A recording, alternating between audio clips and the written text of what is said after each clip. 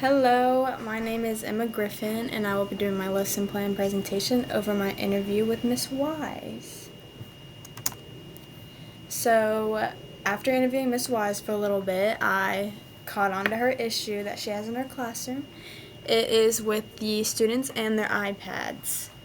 Um, she struggles with keeping them on task when they are supposed to be doing an assignment independently.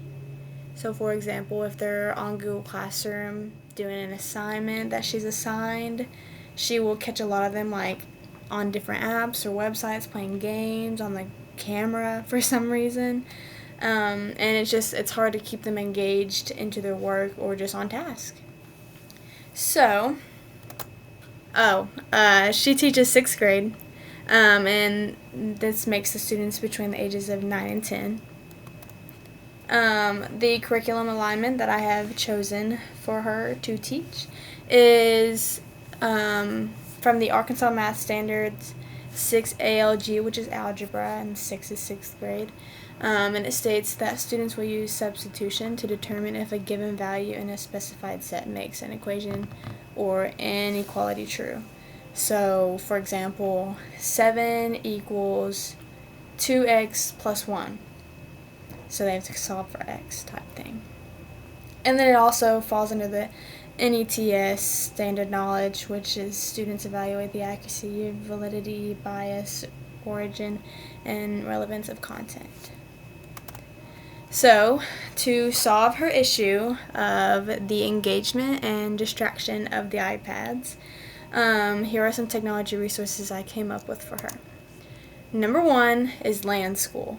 Land School is something that my high school used, and it 100% kept us on task. In my opinion, it did. It not only did it monitor our computers, our computer screens, but it also blocked websites for us, and for example, they blocked Spotify. So nobody could get on Spotify, no one could download Spotify, nothing. There was no Spotify on those computers. So you can do that to gaming websites that the kids seem to normally use, or ChatGPT, because I doubt that they want them to be on that too. So Land School, this is an example of what it looks like. This is the POV, the point of view, of what Miss Wise's computer would look like. So on her screen, she sees multiple screens, and all those screens are the iPad screens of the students. So this way she can sit at her desk comfortably and be able to watch their screens and keep them on task from her desk instead of having to walk around the classroom monitoring their screens. And this way it helps her be able to do some more work at her own desk that she might need to get done, compared to having to just walk around and watch the screens of every student in there, because then you can't do much there. And plus, as you're walking away, a student can go right back on the game type thing. So this way, she can look at all the screens all at once and then do more things at once too. And then the second technology resource is Nearpod. So this is an example of what Nearpod looks like, and as you see, it can be something that you do virtually too, but it can also be in the classroom.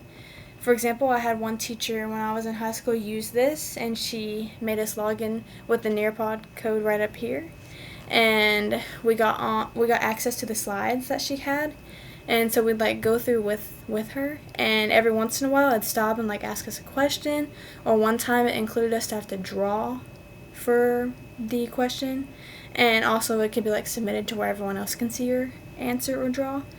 It's just like going through slides, except it's engaging, and the kids are, or at least I was into it, and it's just a good way to keep them active and not make it less lecture style and more hands-on kind of. But it just engages the students as they go, and the more you practice it while you go, the more they learn instead of hearing, because a lot of people aren't auditory learners, and if they are, that's amazing. But this way it helps students also practice as well. And then my third technology resource is Class Dojo. So this is an example of what it looks like, and as I explain it, you're probably going to think that sounds nothing like it's going to help at all, but it will, I hope. So students are able to create little characters of themselves, And at the beginning of the year, the parents sign up for Class Dojo that the teacher created, and that's when they make the little Bitmoji or character. And throughout the week or throughout the day, parents are able to see this, but teachers can give positive notes or negative notes over what their child has done throughout the day. And she can also write comments. She can text them through Class Dojo. And it's all just a way that parents can see what their child is doing throughout the day and how they're acting. And in my opinion, I feel that the class would find this motivating to do good and engage in their schoolwork, because they want their parents to see that they're doing good, They don't want to go home and get in trouble because, oh, your teacher told me that you didn't do schoolwork, So hopefully it engages the students to do good, and that way they get positive reinforcement from not only the teacher but also the parents, because every kid wants to impress their parents. And then for the activities of this lesson, so Miss Wise, the teacher, would teach her entire math lesson through Nearpod, so that way it's engaging to the students as well. And obviously the kids will follow along on their iPads. And then number 2, after being taught the lesson through Nearpod, the students will go on to their assigned homework or Khan Academy. Khan